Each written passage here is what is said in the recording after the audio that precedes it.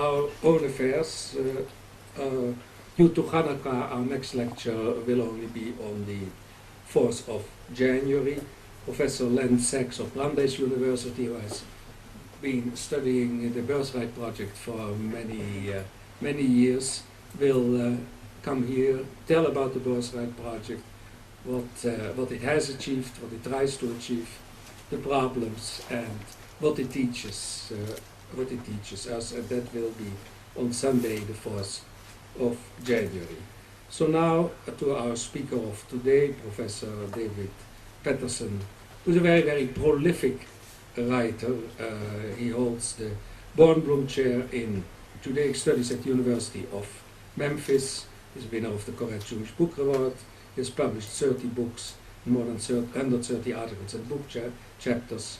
And his most recent books, as you could read in the invitation we have sent you, Overcoming Alienation, a Kabbalistic Reflection on the 5 Levels of the Soul, Jewish-Christian Dialogue, Drawing Honey from the Rock, with Professor Alan Berger from one of the Florida universities, Emil Fackenheim, which of course is a very interesting subject for us. Emil was a member of a fellow of the JCPA and has come here in the first years of this program, was a regular visitor here. The Jewish Philosopher's Response to the Holocaust, Open Wounds, the Crisis of Jewish Thought in the Aftermath of Auschwitz, and Wrestling with the Angel, the Nazi Assault on the Name. I am now happy to pass the microphone to Professor David Patterson on the influence of National Socialist ideology on the worldview of Hamas. Thanks so much. I'd like to, I was very happy that that Manfred had mentioned Emil Fackenheim. I became a close friend of Emil Fackenheim's in the last 10 or so years of his life, and I recognized the building he lived in just right around the corner here from where we are. So it was very nice to see the building that I visited many times, and so in the memory of a great thinker, I'd like to dedicate these remarks today. The subject of the Nazi influence on the ideology of Hamas is kind of a new area of study for me. I came into this area of concern by way of the Nazis, more than by way of Hamas. But I have been studying in the last year or so the influence of National Socialism on what I call Islamic Jihadism, and of course Hamas is one of the premier examples of that. I'm sure most of you know the name of Haj Amin al-Husseini. A lot has been written about al-Husseini, the Mufti of Jerusalem, his collaboration with the Nazis, his radio broadcasts from Berlin, and so on. But I think as far as in my research I can tell, there's less material on some of the other very important ideologues among in the Islamic Jihadist world. Now, in his book, the Looming Tower, Lawrence Wright says that the rise of the Islamist movement coincided with the decline of fascism, but the germ passed to a new carrier. And he has in mind there the fact that hundreds of Nazi war criminals came to the Middle East right after the war, but there is a reason why they came to the Middle East. The germ that was passed along, in my view, was passed along considerably earlier than the end of the Second World War. Major modern jihadist ideologues were admirers of National Socialism and influenced by it, beginning with Abdul Allah Maududi, the jihadist ideologue from India, the founder of Jamaat al-Islami, terrorist organization. He died in 1979. I mentioned Maududi because two of the main Muslim Brotherhood ideologues were influenced by Maududi, and they recognized his influence. Hassan al-Banna, the main founder of Muslim Brotherhood in March 1928, was a student of the Nazis and an admirer of the Nazis, and of course Sayyid Qutb, very well known, executed in Egypt in 1966, acknowledges his indebtedness to Maududi and al-Banna, and both of whom were great admirers of the Nazis, as were many in the Middle East in the late 1920s, early 1930s, and during the revolts of 1936 in Palestine. There were swastikas hanging from windows and images of Hitler in Jerusalem. There was by 1940, there was a sort of a popular song going around in the Middle East, the refrain of which was no more Monsieur, no more Mister, no French or British, no more Monsieur, no more Mister, in heaven Allah, on earth Hitler. So you had this admiration and influence well before the end of, the passing of the germ, as Lawrence Wright refers to it, at the end of the First World War. The first Arabic language edition of Mein Kampf was published in Egypt in 1939. The current Arabic edition that is widely read in this part of the world was published in 1963. It was translated by one of the Nazis who had fled to the Middle East, Louis Hayden, who took on the name Louis al-Hajj. In the very brief introduction to the Arabic language edition, al-Hajj refers to Hitler as a great jihadist who engaged in a great jihad. When I started looking into this, I wondered, well, is Mein Kampf, my struggle, my battle, translated as my jihad, is actually kafahi, my battle. But the term jihad is used to apply to Hitler in the introduction. And this volume has been widely read since 1963 in the Middle East. I should point out, however, that the Arabic language edition of Mein Kampf is not actually precisely a translation of the German volume, but it is an organization of passages from the German volume into 5 parts, along 5 different themes. Part 1 is titled Hitler and the Jews. That's where we start. Part 2 is Hitler and his followers. Part 3 is Hitler and race. Part 4, Hitler and Nazism. And Part 5, Hitler and the new spiritual movement. This is in the Arabic language edition of Mein Kampf. The 2 of the 3 ideologues I've mentioned here are Muslim Brotherhood, Hassan al-Banna and Sayyid Qutb. And as I'm sure all of you know, Hamas, in Article 2 of its charter, identifies itself as a branch of the Muslim Brotherhood, and their emblem reflects that. It's an adaptation of the emblem of the Muslim Brotherhood. Hamas, I'm sure, I feel like I'm preaching to people or teaching people who know all of this already, but in case some of you don't, Hamas was founded December 9th, 1987 by Ahmad Yassin, Mahmoud al-Zahar, and Abdelaziz al-Rantisi. And they grew out of, as I said, Muslim Brotherhood movement, which is in turn heavily influenced by Nazi ideology. Now, what's the influence exactly? What is the way of thinking that's having such an impact on this line of Islamic Jihadist thinking? The primary influence is a shift in thinking about the Jew, and a shift in the nature of Jew hatred. Jews have known, Jew hatred for many centuries. Christian Jew hatred is well known to everyone, but Nazi Jew hatred is rather different.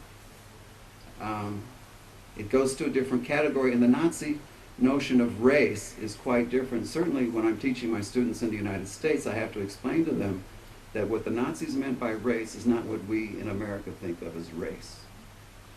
In America, the race issue is predominantly an issue concerning color.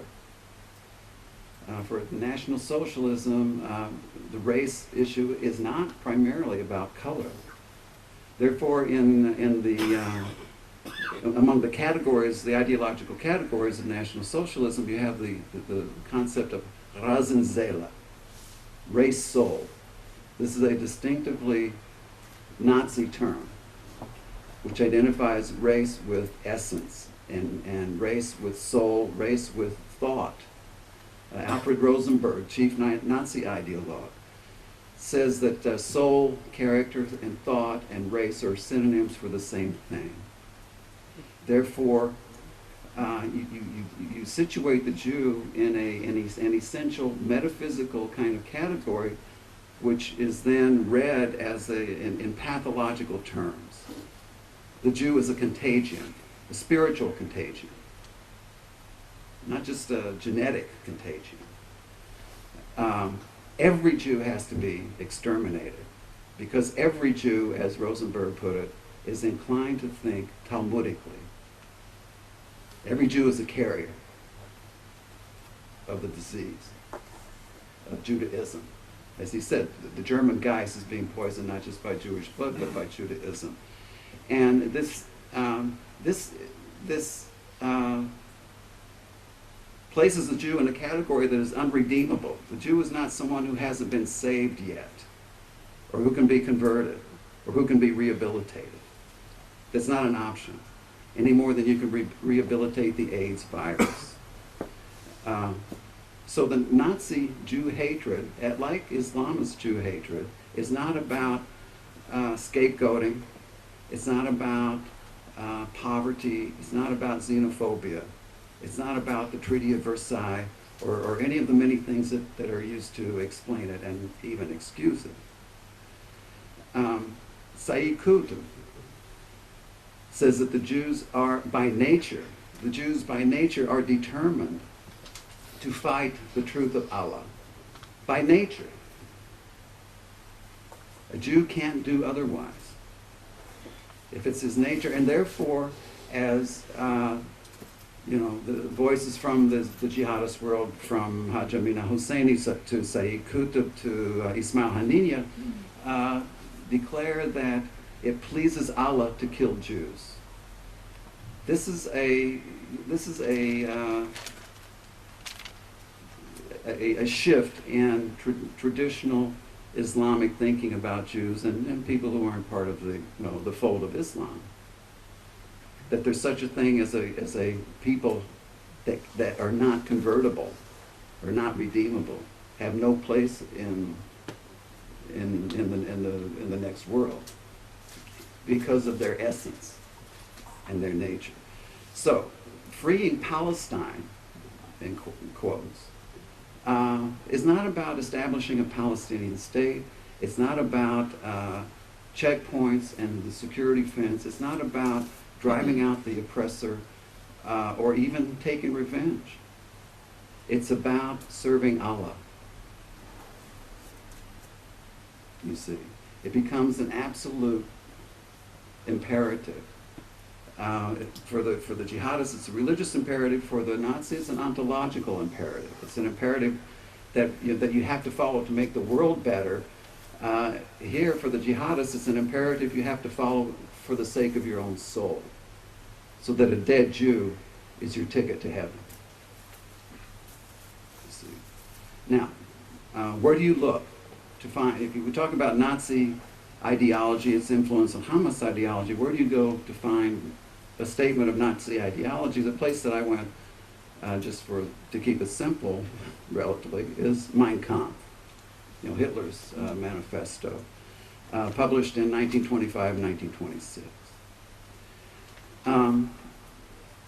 There you see, from Hassan al-Banna on and into Muslim Brotherhood, into Hamas Charter, which I will refer to in a number of the articles,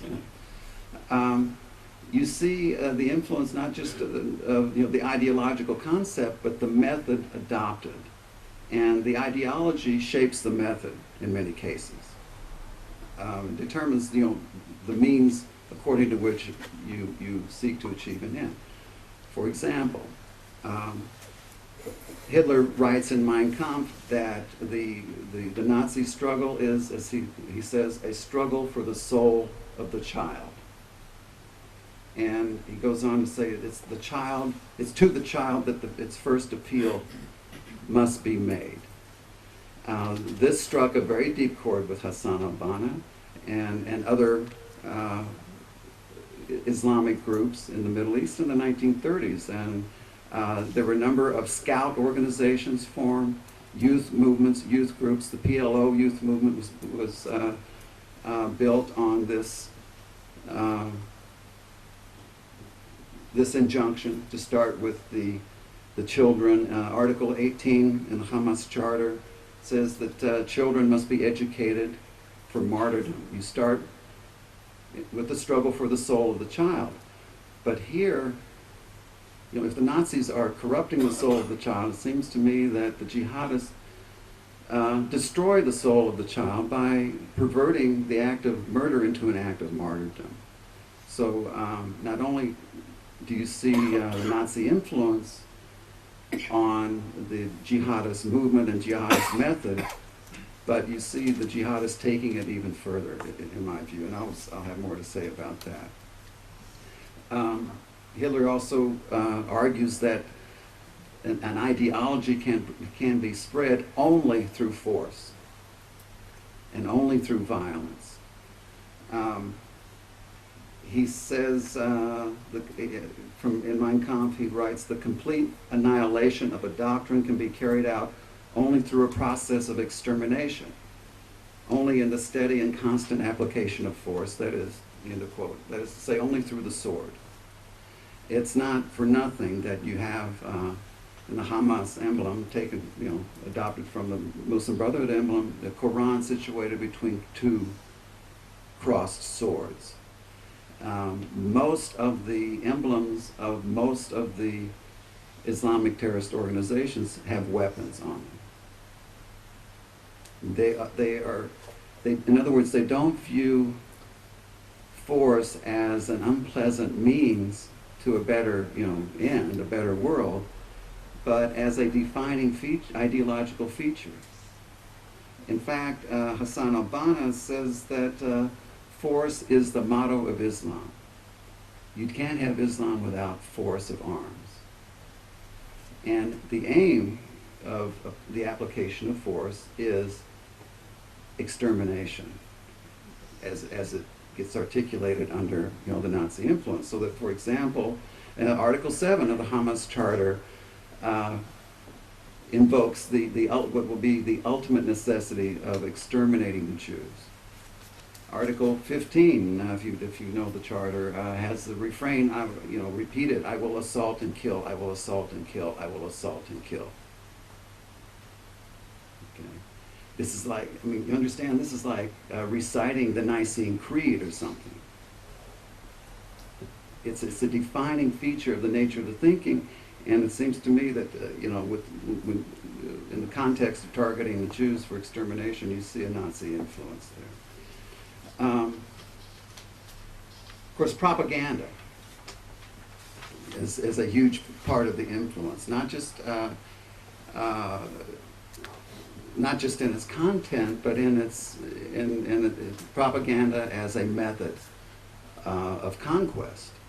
Now, here when we speak about propaganda in this context, we're not speaking about methods of advertising or public relations.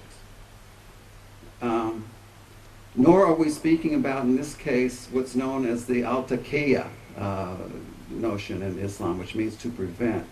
According to this concept of al-taqiyya, it's legitimate to lie in order to prevent harm from coming to yourself or to fellow Muslims. Okay. Why do I mention this? Because as Hitler defines propaganda, he defines the aim and the method. The aim of propaganda, he says in Mein Kampf, is to promote manly defiance and wrathful hatred. And that is done by means of deception, lying. Propaganda is by definition, here in this case, made of lies. And it's calculated to incite hatred. Wrathful hatred, as Hitler puts it. Moreover, it has to be it has to target as its audience you might say that the lower third, educationally and culturally and intellectually, of the population. It says, Hitler says propaganda must never renounce the primitiveness of expression so that it can reach the broadest masses. So you have the jihadists learning from whom to target, what to incite, and how to do it. And of course, if you, those of you who are familiar with the propaganda images and imagery from the Islamic press and Nazi press, you see many of the same images, same motifs. And they look, you could exchange captions on these photos. Now, one of the lessons learned by jihadists, Muslim Brotherhood in particular, and others in general, and later Hamas, is this, that as Hitler is famous for saying, one of the most famous quotes from Mein Kampf is that something of the most insolent lie will always stick. Okay, the bigger the lie, the better. So it's not, when you hear some of the propagandistic claims from Muslim Brotherhood, for example, that the Jews infect girls with AIDS and syphilis and send them among the Muslims. Jews supply Muslim women with aphrodisiac chewing gum, as well as they spread cancer among the Arabs with carcinogenic cucumbers and shampoo. Of course, Jews are behind all drug trade, all slave trade, all devil worship, and all campaigns to legalize homosexuality. Not to mention the blood libel, which is widespread even in Islamic academia. And by the way, the Hamas leadership of Hamas claims to be the most highly educated of all the jihadist movements in the Arab Muslim world. But also the deicide charge. Now, and then a very famous instance of this, although it's not Hamas, is when the Pope visited Syria, and Assad said to him, well, we know that the Jews killed Jesus, and we're going to keep them from doing that, invoking the deicide charge to the Pope, even though the Quran teaches that Jesus was not crucified. But when the lie serves the purpose, it's invoked here. So the propaganda is again calculated to incite hatred and is conscientiously made of lies and deception. If you ever wondered, do they really believe what they're saying?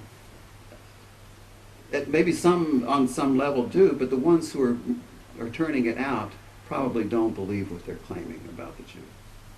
There's another agenda for it.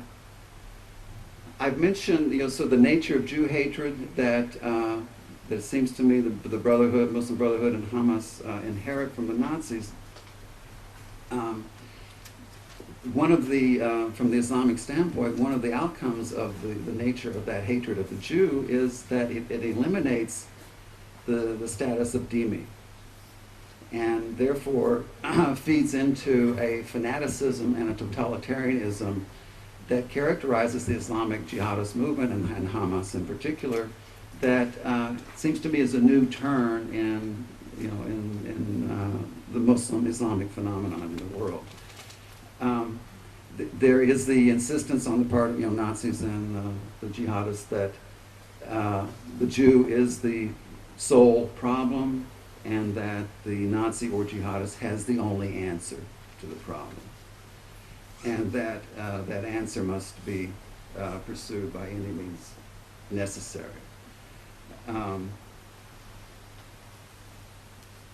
What does this mean more specifically for Hamas and the influence on Hamas? When we think of the term the Zionist entity, we think that's something that Ahmadinejad and Assad and others have Nasrallah, used. They do use it but they weren't the first to use it. You see this term used already in Nazi writings, in Nazi texts. In 1921, a year after the National Socialist Workers' Party was established, Alfred Rosenberg, whom I mentioned earlier, chief Nazi ideologue, wrote a work called Der Staatsfeindliche Zionismus, Zionism, the enemy of the state. By Zionism, neither the Nazis nor the jihadists mean the Jewish movement to create not just a homeland, but a haven in the world. No, they don't see it that way at all. And so when they talk about Zionism, they're not talking about what the Jews mean by Zionism. Hitler himself in Mein Kampf discusses Zionism. He says that the Jews do not intend to create a Jewish state in Palestine for the purpose of living there. All they want is a central organization for their international world swindle. So Zionism is not about homeland and haven, it's about establishing a base of operations to take over the world. Already, this is mid-1920s, Mein Kampf. Hitler goes on to say the Jewish state is completely unlimited as to territory. And so you have the discourse of not only universal Jewish conspiracy coming from the Nazis into the jihadist movements, but of the idea that the Zionist movement is about taking over the world. It's not about homeland or haven for the Jewish people in a world that is very hostile toward Jews. And so one of the images from the propaganda here that you see very frequently is the octopus with its tentacles wrapped around the world, both the Nazi and jihadist images, Star of David on the head of the octopus, and variations on that theme. So Article 32 of the Hamas Charter says that after Palestine, the Zionists aspire to expand from the Nile to the Euphrates and beyond. Their plan is embodied in the Protocols of the Elders of Zion, which Article 32 quotes, and the Islamic resistance movement, Hamas, Hakarat al-Muqawama al-Islami, Hamas. Islamic resistance movement considers itself to be the spearhead of the struggle against world Zionism. This is why in speeches from Nasrallah, he's careful to say, I'm referring not to Israelis but to Jews. Okay, it's not about Israel. It's not about Israelis. It's not about the borders. And just a footnote on this point: in Jewish history and Jewish thinking, in the ancient world, it's as far as in my studies I've been able to determine, it's unique among the Israelites that you have this idea of we have a land, but it's also has its borders. When did the Assyrians or the Persians or the Babylonians or the Greeks or the Romans say, well, we have our borders that we shouldn't cross? No. Anyway, it's always been part of yesh gevul in Jewish thinking. There's a border. Because the Zionist conspiracy is a worldwide movement with Israel as a base of operation.